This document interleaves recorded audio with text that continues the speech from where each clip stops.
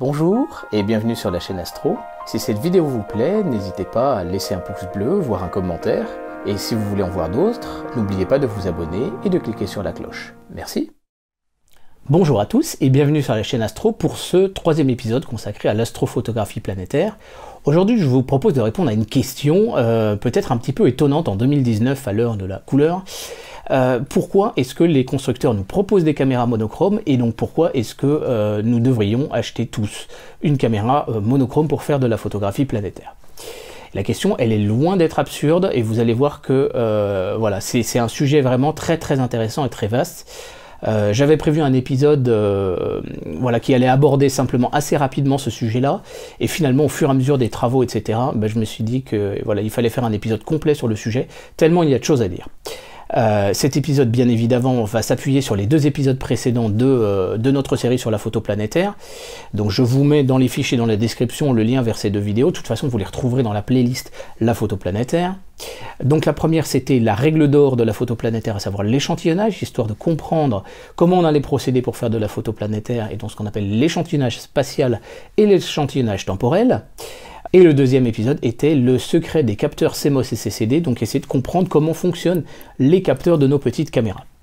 Donc si vous n'êtes pas complètement à l'aise avec toutes les notions qu'on a abordées dans ces deux épisodes, je vous invite à les revisionner et à revenir sur cet épisode, ce sera beaucoup plus facile ensuite pour rentrer donc dans le vif du sujet. Et c'est maintenant sur la chaîne Astro.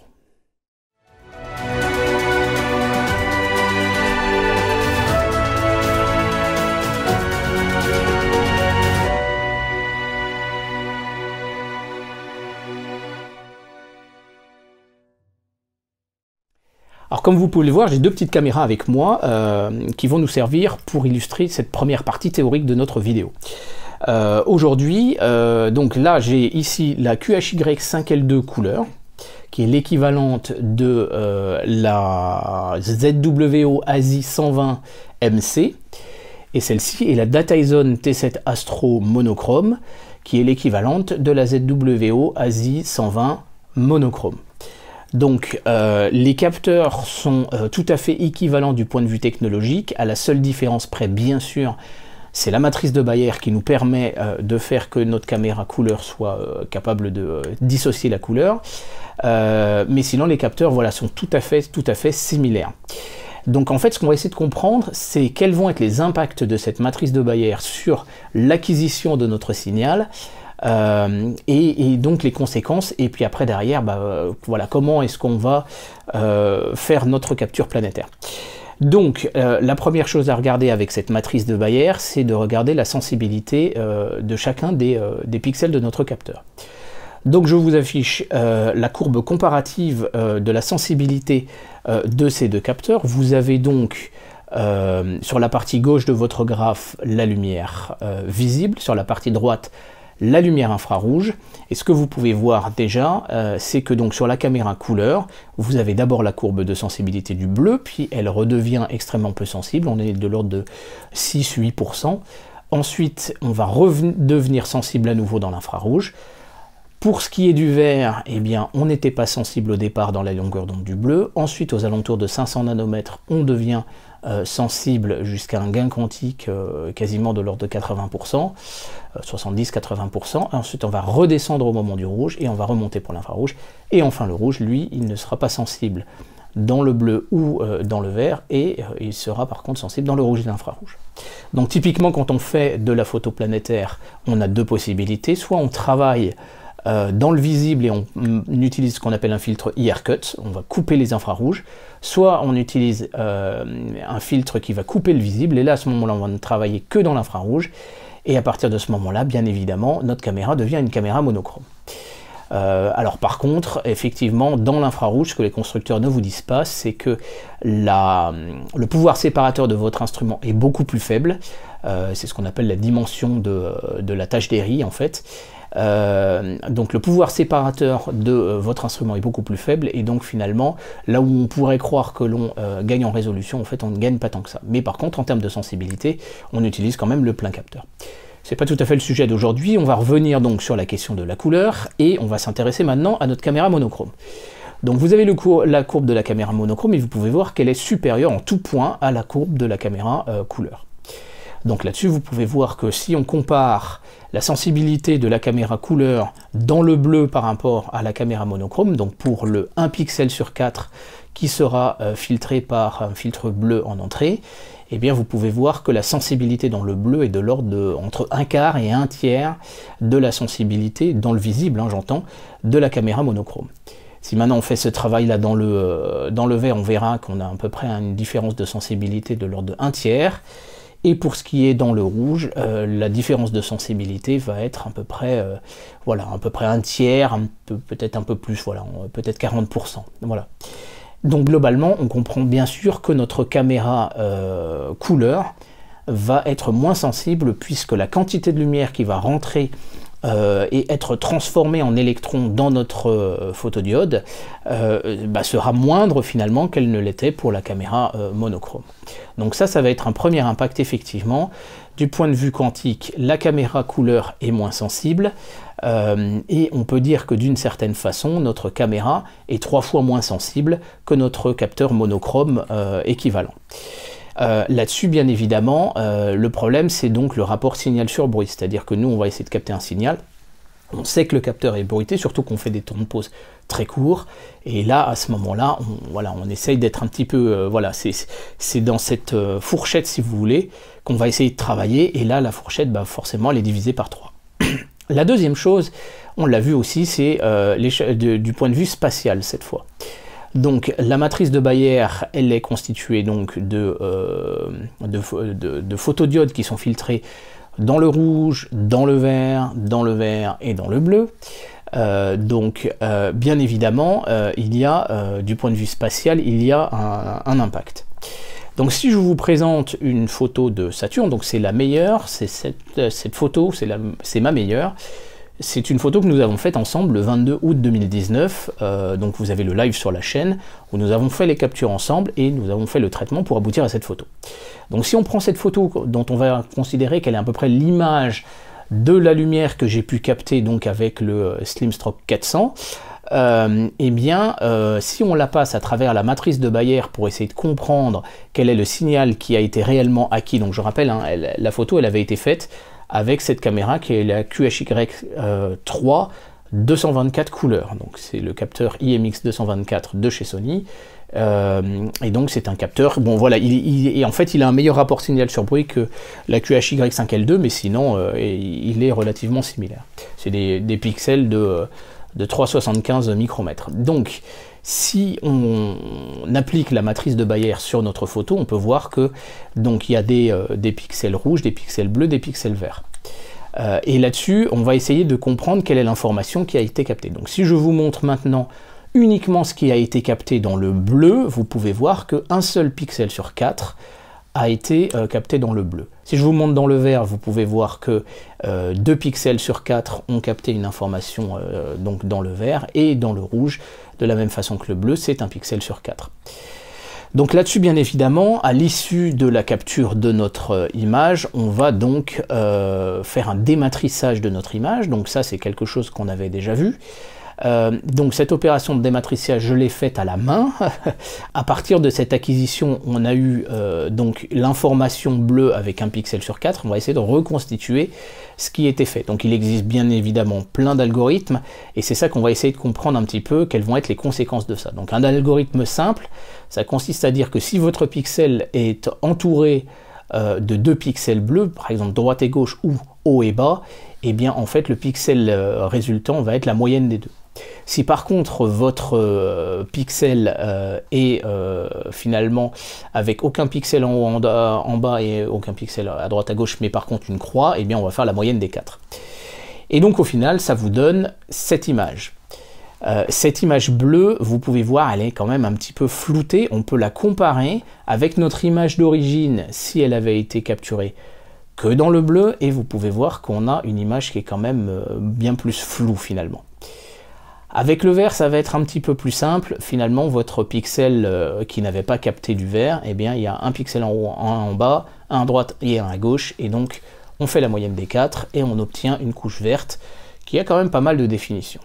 Et ensuite avec le rouge, on fait la même chose que le bleu, donc voilà, on fait les moyennes de 2 pixels adjacents, et puis ensuite, par contre, quand il n'y avait aucun pixel en haut, en bas ou à droite, à gauche, et bien on fait la moyenne des 4 en diagonale.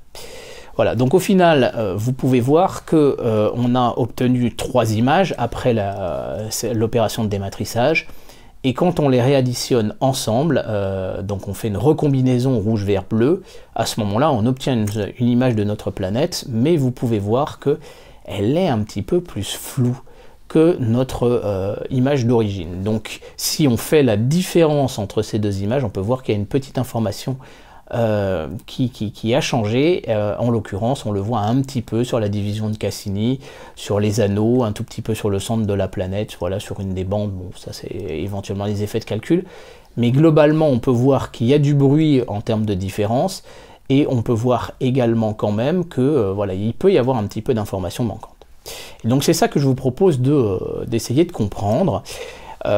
Donc si vous voulez, votre image, vous pouvez la représenter de plusieurs façons différentes.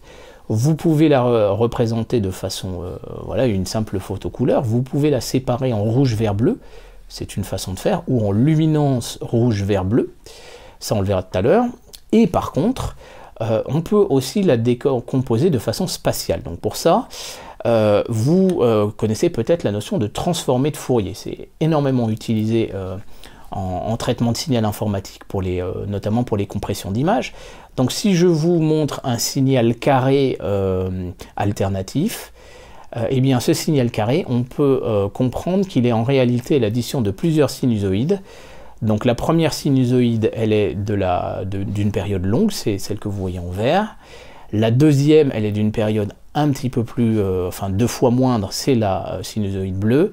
Et la troisième, donc, elle est de plus haute fréquence, en l'occurrence c'est la rouge sur notre addition. Et quand vous additionnez donc ces 3 sinusoïdes vertes, bleues et rouges, à ce moment-là, vous obtenez quelque chose qui va se rapprocher donc de notre signal carré. C'est ce que vous voyez donc en noir, l'espèce de sinusoïde qui suit un petit peu en noir. Et donc, si vous voulez, l'information fréquentielle de votre image, eh ben, elle fonctionne un petit peu comme ça. Donc, dans le cadre de la photo planétaire, vous avez entendu parler du traitement par ondelettes, et c'est exactement de ça dont on va parler. Donc j'ai pris une photo voilà, une très belle photo de Jupiter faite par le télescope spatial Hubble. Je l'ai réduite de façon à ce qu'elle tienne sur 1/5 de la largeur de votre écran. Hein, et là-dessus, en fait, ce que j'ai fait, c'est que j'ai éliminé progressivement les informations spatiales, fréquence après fréquence, c'est-à-dire d'un pixel sur le pixel adjacent, puis ensuite de 2 pixels sur les 2 pixels adjacents, puis de 4 sur 4, et puis de 8 sur 8. Et donc vous voyez que l'image en haut devient de plus en plus floue à mesure que j'élimine ces informations de haute fréquence, et vous pouvez voir en bas de votre écran effectivement les informations de fréquence donc, que j'ai soustraites. Et c'est là où justement se joue la différence entre un capteur monochrome et un capteur couleur. C'est que l'information de la plus haute fréquence, d'une part avec un capteur de couleur, va donc, on aura fait l'acquisition, si vous voulez, avec un rapport signal sur bruit, donc qui sera 3 fois plus faible. Donc on peut bien sûr compenser en allongeant les temps de pause. Mais la deuxième chose aussi, c'est que finalement, l'information spatiale d'un pixel sur le suivant, elle est quasiment inexistante, puisqu'on a cette matrice de Bayer qui l'a un petit peu supprimée. Et quand on veut essayer de tirer au maximum, parce qu'on va, les petites courbes rouges, bleues, on va essayer de les amplifier pour redonner de la netteté à notre photo, et bien c'est là que va se poser le problème.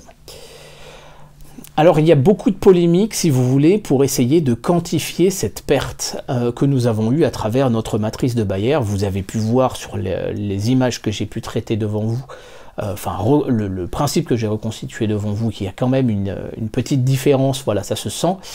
Et donc, il y a beaucoup de polémiques. Je vous mets des liens, si vous voulez, dans la description pour aller plus loin. Là-dessus, on ne peut pas dire qu'on a perdu vraiment 50% du signal, ça va dépendre de la longueur d'onde, bien évidemment, et on essaye de reconstituer quand même un petit peu. Donc on peut estimer qu'on a perdu à peu près 30% de notre signal au niveau de cette information spatiale, par le fait d'avoir eu une matrice de Bayer plutôt qu'un capteur monochrome. Donc on peut dire qu'il y a des arguments qui vont dans le sens de dire c'est grave, d'autres c'est pas très grave. Donc c'est pas très grave parce que effectivement l'algorithme de dématrissage, on l'a fait ensemble, arrive à récupérer une partie de l'information un peu par déduction. Et là je vous ai fait un algorithme simple, bien évidemment on peut faire des algorithmes un petit peu plus poussés que ça. On peut essayer de deviner la petite différence qu'il pouvait y avoir dans la couleur de l'autre finalement, parce que le signal n'est jamais strictement monochrome. Enfin voilà, strictement rouge, strictement vert, strictement bleu. Donc il y a des algorithmes plus élaborés. On estime donc que la perte est à 30% et non pas 50%. La deuxième chose quand même, c'est qu'on va faire un film. Et que pendant l'ensemble de notre film, de façon très claire, notre planète va se déplacer sur notre capteur. Donc là où on avait à un instant T donné sur le pixel bleu par exemple une information qu'on n'avait pas captée, avec le déplacement on la captera quand même à un autre moment de notre film. C'est pas tip top, mais effectivement, il force est de reconnaître qu'on va quand même la capturer à un moment donné cette information. Et donc ça c'est la deuxième chose. La troisième chose, c'est effectivement de savoir si cette information spatiale existe réellement. Donc en fait, on comprend bien que la lumière a traversé l'atmosphère, qu'elle arrive aussi sur un télescope qui n'est pas parfait. Alors j'ai pu donc la turbulence atmosphérique, on en a déjà parlé. Ce qu'on appelle aussi communément le seeing. Alors il y avait deux séances, j'ai fait plusieurs lives sur la chaîne, et le dernier on avait un seeing qui était absolument dégueulasse. Voilà, il était à 2,6 secondes d'arc, c'était beaucoup trop, et donc on voyait clairement que les images étaient beaucoup plus floues. Donc l'information spatiale, donc ce qu'on a pu voir dans la démonstration et la décomposition par ondelette que je vous ai montré, l'information spatiale, voilà, on était plutôt sur les images à droite que sur les images à gauche, de façon très claire. Et ça c'était le signal tel qu'il arrivait dans le télescope. La deuxième chose, bien évidemment, c'est la qualité des miroirs de votre télescope. Ils ont leur propre diffusion. Si vous avez un miroir, donc je parle pour les Newton bien sûr, de qualité industrielle, c'est sûr que ça n'a pas la même qualité qu'un miroir de qualité artisan, quoique certains industriels s'en approchent beaucoup. On a quand même des bonnes critiques sur certains miroirs de chez Orion, par exemple. Mais il peut y avoir une perte là aussi d'informations à travers la diffusion sur les optiques. Donc vous le savez, mon télescope de 400 mm, j'avais un miroir industriel à l'origine, je l'ai fait repolir par Franck Grière, donc de chez Mirosphère. Effectivement, j'ai pu voir la différence entre avant-après, et c'est le jour et la nuit, quoi. Enfin, c'est vraiment très très évident. Donc voilà, il y a un vrai gain qui est là, mais donc ça veut dire que l'information spatiale n'est peut-être pas toujours présente. Donc c'est peut-être pas forcément très grave de faire votre acquisition avec une caméra couleur. La dernière chose qu'il y a à dire, bien évidemment, cette information spatiale, elle dépend de la longueur d'onde. Donc il y a moins d'informations spatiales dans le rouge qu'il n'y en a dans le bleu. Voilà, c'est les propriétés de la lumière. Et donc le bleu est beaucoup plus difficile à acquérir, si vous voulez. Et donc ensuite ça va dépendre bien évidemment après ça de savoir si vous êtes en sous-échantillonnage, où là vous avez clairement à voir cette information, si vous êtes pile poil sur l'échantillonnage optimal, ou si vous êtes en sur-échantillonnage, où là vous n'allez pas avoir finalement trop d'informations spatiales d'un pixel sur l'autre. Donc par exemple ces caméras là dont les pixels font 3,75 micromètres, le rapport focal sur diamètre c'est 3,400 et quelques, je vous avais donné la formule, on l'avait calculé ensemble, fois la taille des pixels en micromètres, donc vous aboutissez donc à 12,89 en termes de rapport focal sur diamètre optimal. Mais si vous l'utilisez à f15 voire à f20, et bien là forcément vous êtes en situation de suréchantillonnage. Si le ciel suit, si l'instrument a vraiment la qualité, et vous allez le voir avec des photos faites par Jean-Luc Dauvergne tout à l'heure, et bien vous allez vous apercevoir que ça vaut le coup de le faire. Donc bien évidemment, ça va dépendre effectivement de l'adaptation finalement de votre caméra avec la Barlow et avec l'instrument. Et ça c'est quelque chose que l'on verra dans les épisodes à venir. Par contre, les arguments pour dire que c'est quand même pas franchement très top donc d'avoir cette perte du fait de la matrice de Bayer, bah, la première chose, c'est qu'effectivement, le seeing fait quand même que notre information, elle est très faible. Notre objectif, et c'est l'objet du traitement par ondelette à la fin de l'addition, de l'alignement addition de notre film, après avoir sélectionné les images les plus nettes, notre objectif c'est de booster finalement ces différentes courbes de haute fréquence. Donc si le rapport signal sur bruit de ces courbes est extrêmement limité du fait justement d'un capteur qui est lui-même par nature finalement moins sensible que ne l'est le capteur monochrome équivalent, bah, c'est quand même un petit peu gênant. Voilà, et dans le bleu, effectivement, c'est la longueur d'onde qui prend le plus vite en termes donc, de perte d'informations liées au seeing, et donc effectivement, c'est la couleur la plus difficile à rattraper, c'est l'évidence. Alors par contre, dans le sens inverse, effectivement, la tâche d'Airy, donc c'est le piqué possible de l'instrument finalement, il va augmenter avec la longueur d'onde, donc il va augmenter dans le rouge, et ça va aussi défavoriser un petit peu voilà, le rouge. Donc ça, voilà, si on perd des informations dans ces deux longueurs d'onde qui sont difficiles à acquérir, ben on va perdre très vite en information, si vous voulez, dans la photo finale. Et puis donc on doit effectivement amplifier ce signal haute fréquence, et donc avec un rapport signal sur bruit qui est déjà limite, bah, c'est quand même assez gênant. Donc fort logiquement, si vous voulez, la caméra couleur a ses limites et la caméra monochrome va pouvoir aller un petit peu plus loin. Et donc c'est ce que je vous propose de voir maintenant, c'est comment est-ce qu'on va éventuellement utiliser soit uniquement l'une, soit les deux ensemble, pour essayer de tirer les meilleures photos possibles. C'est ce que je vous propose de voir maintenant. Donc, si vous voulez, on va prendre un exemple. Si je compare une acquisition faite avec ma Dataizon, donc c'est le même capteur que la ZWO-ASI 120 monochrome ou que la QHY5L2 monochrome, par rapport à des captures que j'ai faites de la Lune avec ma caméra, donc avec le IMX 224 couleur. Et donc là-dessus, sur la Lune, à très fort grossissement, quand on va commencer à essayer de tirer un petit peu sur les curseurs, on va voir des espèces de crénolages de couleurs qui sont liés et qui sont vraiment causés par la matrice de Bayer sur cette caméra, que l'on n'avait pas avec donc une acquisition monochrome. Donc si vous voulez vraiment faire de l'acquisition de la Lune à très fort grossissement, et ben la caméra monochrome peut être très intéressante. Elle peut être très intéressante également, on peut regarder les travaux de Philippe Mouniguet. Philippe, vous le connaissez, on en a déjà parlé sur la chaîne, puisqu'il a été vainqueur de la catégorie gros plan, donc avec un télescope et une caméra, lors de notre concours On the Moon Again, pour fêter les 50e anniversaire d'Apollo. Donc on continue maintenant avec Philippe Mouniguet, qui est une photo du X lunaire. Donc le X lunaire se trouve un petit peu en haut à gauche de sa photo, faite avec un Celestron C11, une caméra ZWO-ASI 178 monochrome et un filtre rouge. Donc là on sent la maîtrise parce que le filtre rouge nous permet en fait de nous intéresser finalement qu'à la composante la plus stable de la lumière visible.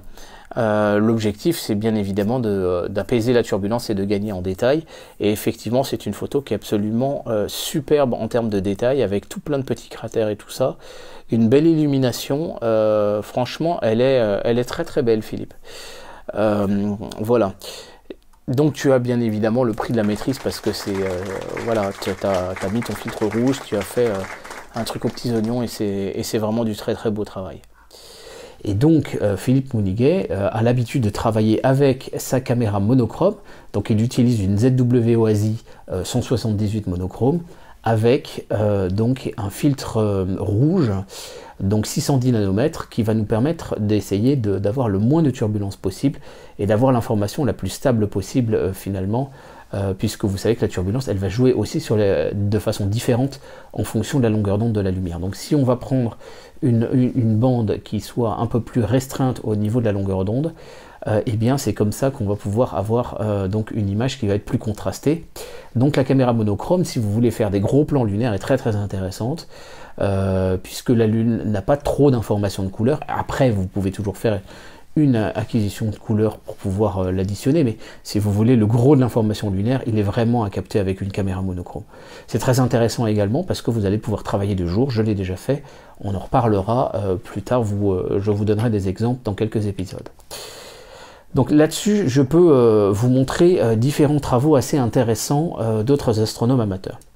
Donc la possibilité, si vous voulez, pour essayer de s'affranchir de cette problématique finalement que notre caméra couleur est donc moins sensible de façon très significative que notre caméra noir et blanc, donc on peut s'intéresser aux travaux de Lionel Guillonnet.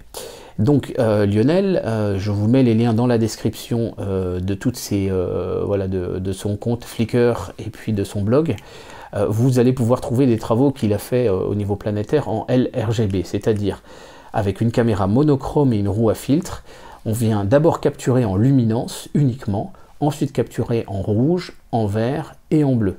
Et donc, à partir de ça, on va recombiner l'information de couleur avec l'information de luminance qui a été faite avec vraiment la pleine dynamique de notre capteur et exploiter donc finalement le maximum de ce que l'on peut capturer comme information. Mais il y a d'autres choses que l'on peut faire qui sont vraiment très intéressantes, c'est de travailler en bande étroite, c'est-à-dire d'essayer de sélectionner la longueur d'onde de notre planète qui est la plus intéressante pour notre étude. Donc par exemple, Lionel est habitué à ce type de pratique, il utilise par exemple le filtre UV Vénus de chez Astrodon, il coûte quand même 327 €, hein, c'est un filtre qui est, donc vous avez le lien dans la description, et donc ce filtre-là va nous permettre de pouvoir révéler vraiment des structures sur les nuages de Vénus, chose que l'on ne peut absolument pas voir sans ce filtre-là. Voilà, donc il y a vraiment un contraste qui est absolument incroyable quand on fait une capture de Vénus. Il va pouvoir également, avec le filtre CH méthane, donc 20 nanomètres de chez ZWO, donc c'est un filtre qui coûte 99 € en 31,75. Là, on va pouvoir capturer Jupiter et Saturne avec un rendu complètement différent de ce dont on a l'habitude, et ça peut mettre en évidence justement différentes natures de gaz. Donc c'est assez intéressant si vous voulez vous passionner vraiment finalement à l'observation planétaire et à ce que peuvent vous donner les planètes, et bien ça peut être quelque chose d'intéressant. Ensuite, la dernière chose, c'est que Lionel Guillonnet est un habitué aussi de l'observation et de la photographie en hydrogène H-alpha. Donc l'hydrogène H-alpha, c'est une bande que l'on va essayer d'observer. Donc là, on est plutôt sur, je crois que c'est 1 angstrom, c'est extrêmement peu large. C'est pour ça qu'on a des lunettes vraiment spéciales pour ça et qu'elles sont assez onéreuses.